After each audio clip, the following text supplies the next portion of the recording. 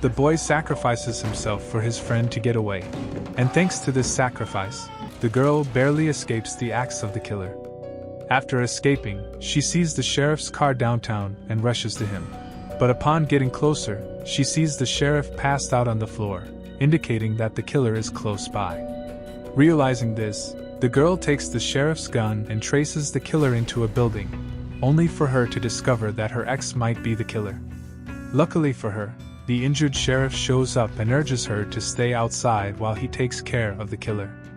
After firing a couple of shots, the sheriff walks outside to inform the girl that the killer got away. Soon enough, the police arrive to search the area and to inform the girl about the state of her friends, who were the killer's victims. And after hearing the horrible news about her friends, the girl asks the sheriff to give her a minute to collect her thoughts. Respecting the girl's wishes, the sheriff leaves the room, but when he returns, the girl notices the sheriff's muddy shoes and gets a little suspicious. One night, Mitch, a guest in his boss's home, welcomes Eric, the town's sheriff, into the house for Thanksgiving dinner. In the house, Eric greets Mitch's wife, Amanda, with a baked meal. After exchanging pleasantries, Amanda introduces Eric to the others at the table, while the others jest over random things. Just then, Amanda brings out the turkey and calls on her husband to carve it. Right after carving the turkey, Mitch is forced to resume work, while his boss, Thomas, and the others stay behind to enjoy the rest of the evening. Sitting far away from the others is Jessica, Thomas's daughter, and Bobby, her boyfriend, who is currently validating Jessica's hate towards Kathleen, her stepmother. While the couple bond over hating on Kathleen, a car pulls over, and the lovebirds dip out to link up with their friends. In the overcrowded car, Jessica and Bobby are swarmed with random conversations, and after some minutes of chanting, the lousy group drives away until traffic stops them in front of Jessica's dad's store. Since the store is running a Black Friday deal, the group decides to stop by and join the crowd waiting to get into the store. In the crowd, Jessica sees Ryan, a loser from school who seems to have a huge crush on her, tries to ask her out, but Bobby comes between them and steals Jessica away. Before long, Jessica and her friends maneuver the crowd, courtesy of Jessica's ownership privileges, only for Evan and Scuba, two of Jessica's friends, to rub their privileged entry in the faces of the angry crowd. In response, the angry crowd burst into the store, pushing anybody standing in their way. And while the crazy crowd acts like scavenging animals, Evan whips out his phone to stream the chaos. Mid-chaos, Bobby tries to save the stamped doorman, but he breaks his arm before he can reach him. Right after Bobby's accident, Amanda, who had come to see Mitch earlier, gets smacked in the head by two angry customers who don't even realize they've murdered someone. Seeing that his wife has been unalived, Mitch wails loudly enough for Eric to notice. Meanwhile, Evan's stream goes viral enough to end up on the 6 o'clock news, and when a reporter interviews Mitch insists that Thomas must be punished for the deaths in his store. A few minutes after Mitch's interview, Thomas tries to contain the backlash by publicizing charity deals as if his poorly managed store didn't just ruin Bobby's baseball career as much as it ruined many other people's lives. A year after the Black Friday incident, while Jessica is telling her friends about Bobby ghosting her since the incident, they all receive a notification about being tagged in a strange post. Despite the oddity of this, the teens decide to overlook the post, and under the same breath, Ryan, who is now Jessica's boyfriend, walks in to greet Jessica with a kiss. After settling in his seat, Bobby shows the group some game tickets, and while they jubilate over the tickets, Jessica notices a creep watching them. At night, as the diner owner closes up, she sees a mask and chuckles at it before heading to the door. Just as she's about to leave, a man wearing the same mask attacks her and sticks her face to the freezer, leaving her to struggle while he picks up his axe.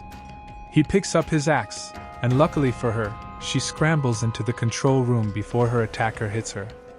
After hiding in the control room for a while, the diner owner runs out to get her car. But while she searches for her car keys, the masked man starts her car and runs her over. The following day, at school, Evan informs his friends that they've all been tagged by the same account to a post of a severed body placed on Jessica's father's store sign. And even though the picture creeps Jessica out, She inspects it well enough to realize that the poster had attached their names to the table in the picture. After school, Jessica meets with Eric to identify some people from the Black Friday debacle. Moments later, Jessica sees Bobby outside the station, and despite the weird vibes between them, she agrees to go on a stroll with him. On the stroll, Jessica tells Bobby all about how Kathleen deleted the camera footage of the Black Friday incident, and how she plans to steal the deleted footage from her dad's computer.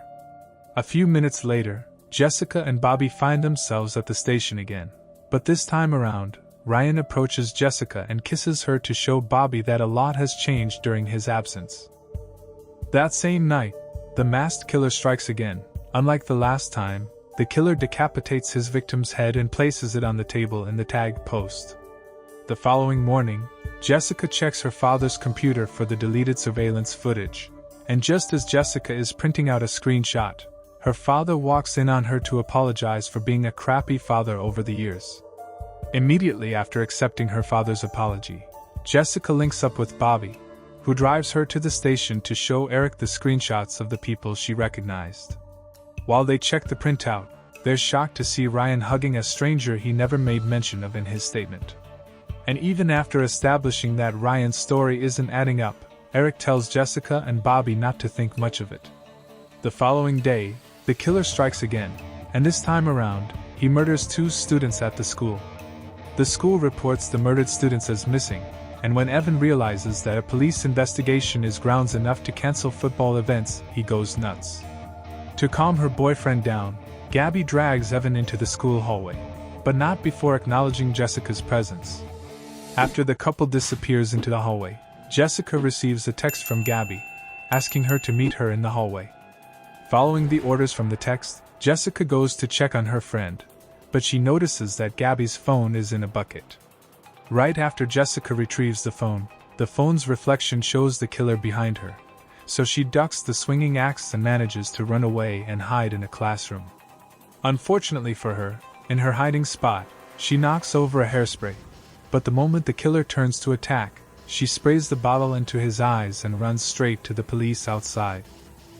Outside the school, after Jessica tells the police about her encounter, Bobby offers his jacket to comfort her, but Ryan arrives and tosses Bobby's jacket away.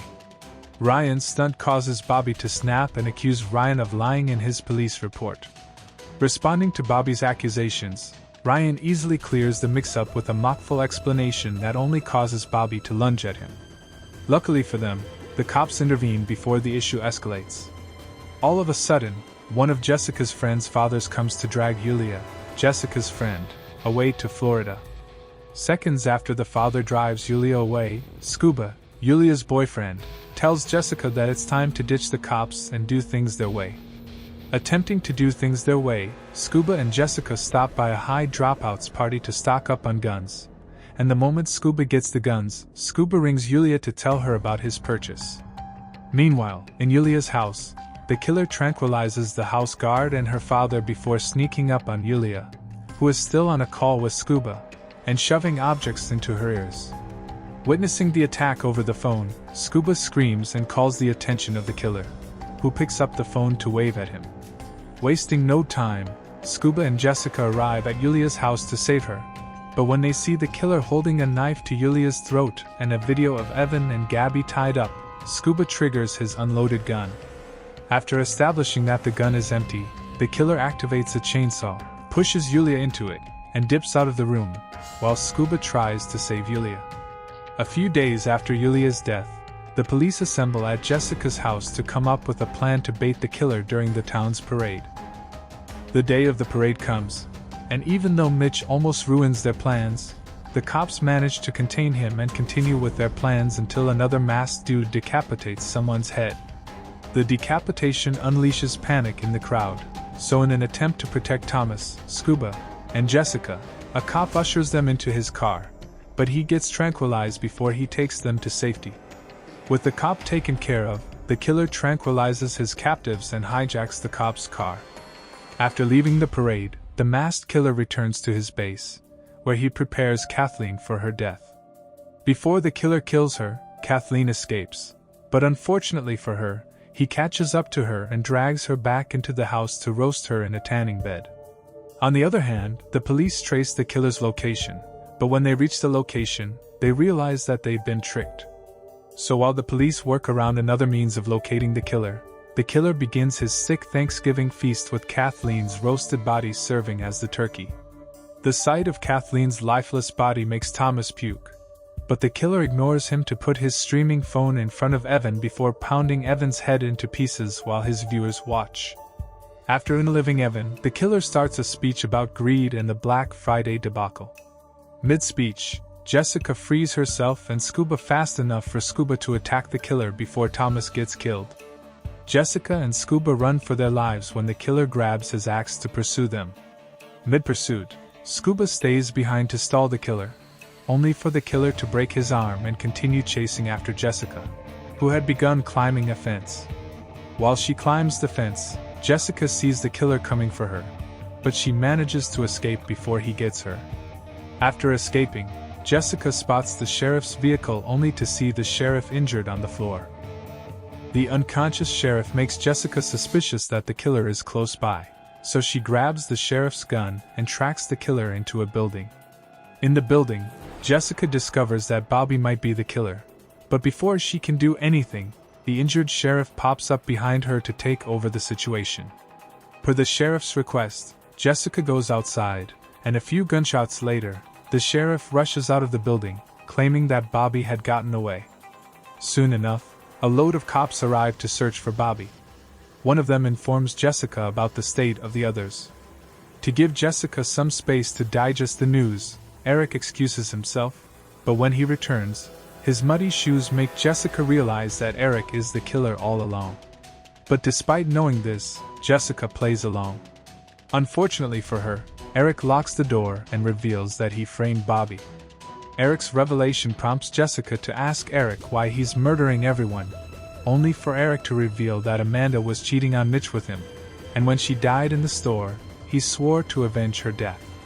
Now that he's exposed his motive, Eric announces it's time to kill Jessica. But before he can, Jessica reveals that she streamed their conversation. Realizing that his secret is all over the internet, Eric goes after Jessica. But before he hurts her, an object smacks him in the head, right before Bobby grabs Jessica and scrambles.